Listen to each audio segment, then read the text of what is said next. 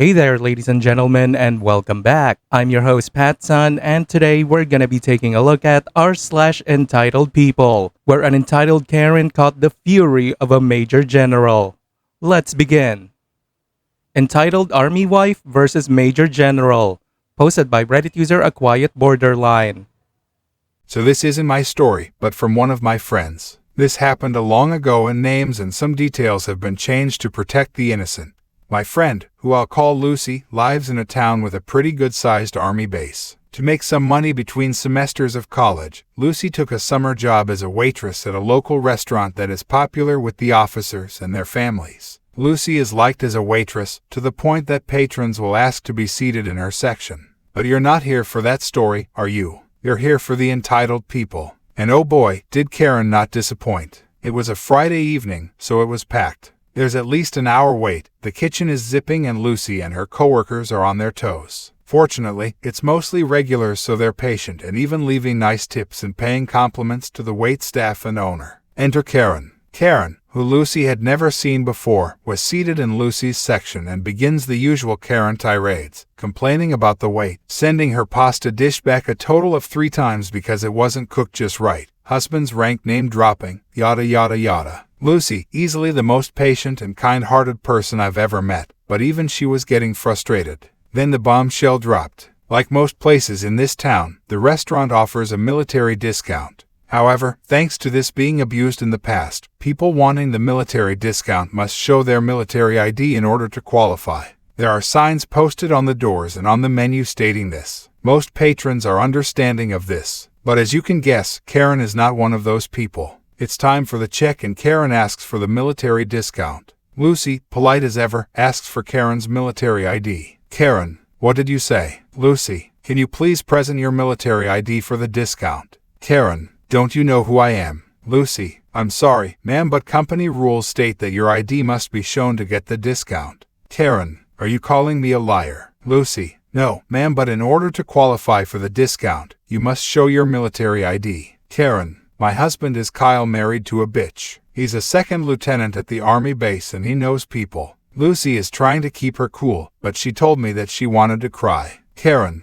I know people. I can make sure you never get a job in this town again. You're so stupid. You're probably some college dropout who will never amount to nothing. By this point, everyone is silent and even the owner is coming over. An older woman from another section, who Lucy has never seen before either, gets up and comes over. The woman, who I'll call Belle, taps Karen on the shoulder. Karen stops her tirade, whips around, her face turning 50 shades of red and purple, stares Belle down. Karen, what do you want? Belle, you're going to apologize to this young lady, pay in full and leave a generous tip. Karen, who the frack are you? Belle, someone who can make things very difficult for your husband. Karen, I don't have to stand for this. I'll tell so many people just how much this place sucks that nobody will want to come here anymore. Karen storms off, pushing the owner hard enough for him to fall to the ground and left. According to Lucy, it was so silent that you can hear a pin drop for at least a minute. Belle helps the owner to his feet, makes sure he's okay, then turns to Lucy. Belle, are you okay? Lucy, thank you, I'm okay. Belle, I'd like to apologize on behalf of the base. That was completely uncalled for. I'd also like to compensate for the meal and tip as an apology. Owner, there's no need, ma'am. Belle, I insist. Owner, thank you, ma'am. Belle returned to her seat and the night continued. Belle and her husband came by to check on Lucy before leaving and promised to come back for dinner the next Friday. It wasn't until Monday afternoon when Kyle went to the restaurant to apologize that Lucy learned what went down. It turned out that Belle was the major general who had just been posted to the base. That morning, Belle had him summoned to her office for a little chat. Because it happened off base, he was mortified and offered to reimburse Belle for the check and tip. He didn't get into trouble. However, he was warned that Karen's behavior could make things difficult for his career. He made sure Karen a verbal got torn up one side and down the other on the phone when he was done. In this town, gossip spreads faster than the flu. Karen never darkened the door of the restaurant again, but the rest of the town made sure Karen knew she wasn't welcome. Belle kept her word and showed up every Friday evening for dinner with her husband. According to Lucy, she was a classy lady, and even if she didn't sit in Lucy's section, she'd make sure to tell Lucy hello and leave her a nice tip.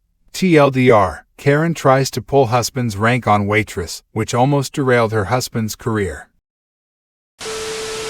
As someone who worked as a waitstaff many years ago, I do have to say that the phrase, "Do you know who I am?" does get thrown around quite often, but mostly by people who is not actually of importance. The actual important and powerful people are usually very polite and understanding. Big respect to Belle for serving her country and fighting Karens.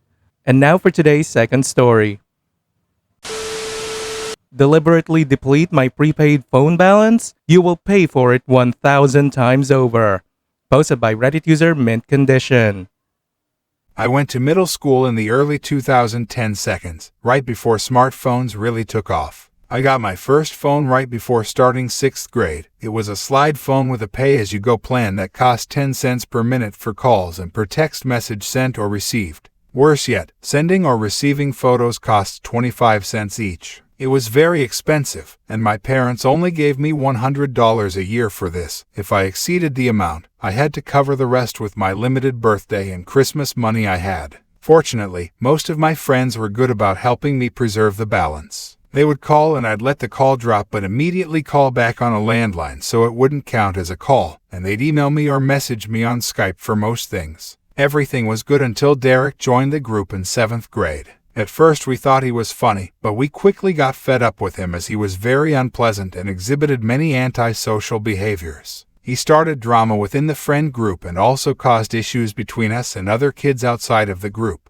He was manipulative and always played the victim when others rightfully called him out on his shit, and he knew how to charm parents, so getting rid of him was easier said than done. He was the one friend who didn't respect my phone situation. He very frequently texted me dumb memes, even though I told him multiple times to just email or Skype them to me instead, since picture text messages cost 25 cents each. Unfortunately, blocking phone numbers was a feature that was unavailable for this pay-as-you-go plan, so there was nothing I could do as he spammed my phone. One day he got mad at me for some reason and spammed my phone with memes. He must have sent me over 100 lolcats over text. He kept sending them until I lost service since my phone balance was depleted. I had lost the $40 remaining in my account as a result. I was extremely pissed and demanded that he pay me the $40 he had cost me, and he refused and said it wasn't his problem. I got home from school really upset and told my dad about the situation, expecting him to go and tear Derek's mother a new one and demand the money, but my dad said that it wasn't worth the battle. I even asked him about a small claims court, but he said that not all battles are worth fighting and that the effort wasn't worth $40. He took me to the carrier store and loaded $50 onto the phone.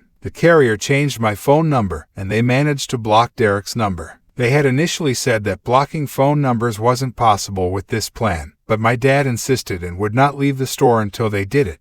I was extremely paranoid about my phone number being leaked and other kids spamming it to fuck with me. Fortunately, my parents got iPhones that summer and got me one too, and the new family plan had an unlimited text plan. Nonetheless, I was pissed at the $40 he essentially stole from me out of malice. Fortunately, not too long after, there was a big blowout between Derek and the rest of the friend group at the end of the school year, and we permanently kicked him out of the group. He was an outcast the following year in 8th grade. Nobody was tolerating his shit anymore, and he changed schools the year after and we never heard from him again. Fast forward to a few years ago, I was back home for a few months between graduating college and starting a new job on the other side of the country. I went out to some garage sales one Saturday morning and I ended up at Derek's house. I recognized his mother, but I don't think she recognized me. I guess glasses and a beard is all you need. I noticed some Pokémon napkins out for sale, and when I picked them up to look at them, Derek's mom said that her son had been obsessed with Pokémon for his whole life and that she was tired of Pokémon stuff occupying her home for so many years. I said that these napkins were for my younger cousin who is really into Pokémon and asked if she had any more Pokémon stuff. She said she didn't know people were still into that and that there were a few boxes in the attic with her son's old stuff. She actually took me inside the house, which I never imagined I'd set foot inside ever again, and let me climb up the attic ladder and take down several large boxes to look through.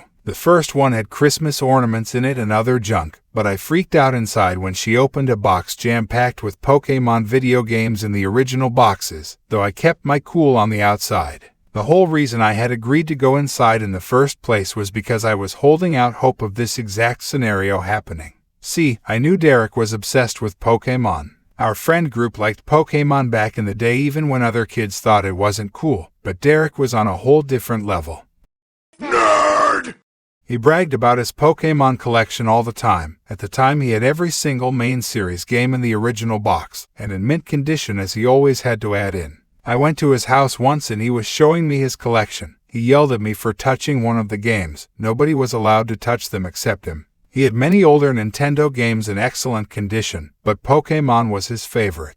He had had a couple of incidents with his mom damaging or throwing away his things. It wasn't out of malice but just ignorance, as she didn't think the games or collectibles had any value. Fast forward into the present day, I was thinking about this when I asked his mother if she had any other Pokemon stuff. She ended up bringing out the mother lode. We opened all of the boxes she had me bring down. Within the boxes, there was the beloved collection of Pokemon games, all very well preserved, as well as several Nintendo consoles, hundreds of games, 24 binders full of Pokemon cards, and there was also a box of many Lego sets with the original boxes and everything, with many old Star Wars sets. When I saw Jango Fett, I knew I struck gold. I told her that I liked old Legos as well, and asked her how much for the 5 boxes of games, cards, and Lego sets, and she thought for a second and said $100 a box or $400 for all 5. I told her I would take it all and hauled ass to get to an ATM. I loaded the 5 boxes into my dad's truck and immediately drove home. I knew there was potentially tens of thousands of dollars of goods here. This was the score of a lifetime. And I finally felt vindicated for the $40 Derek had taken from me all those years ago. I ended up giving all the stuff to my uncle, who's a hobbyist eBay reseller.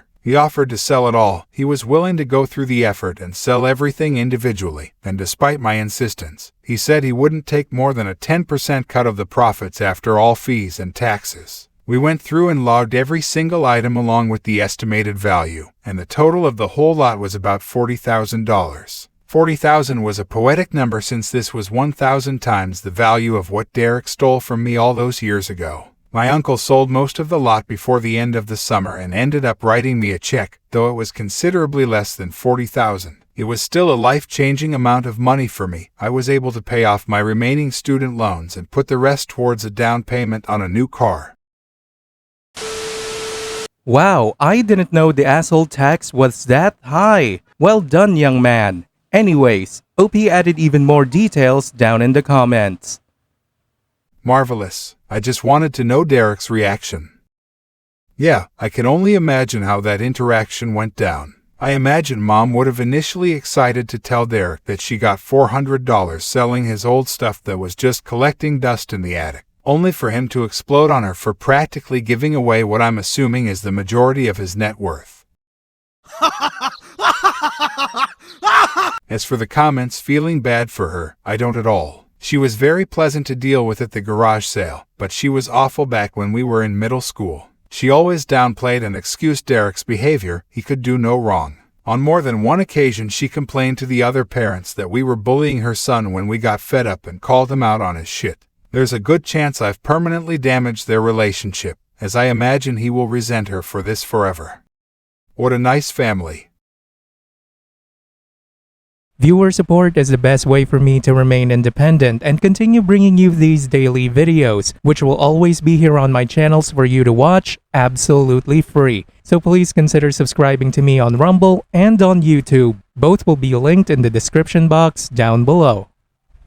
Thanks for listening, everyone. If you even somewhat enjoyed today's story, make sure to give this video a thumbs up, and if you really like it, consider subscribing to PattSun to never miss a future upload. Stay strong.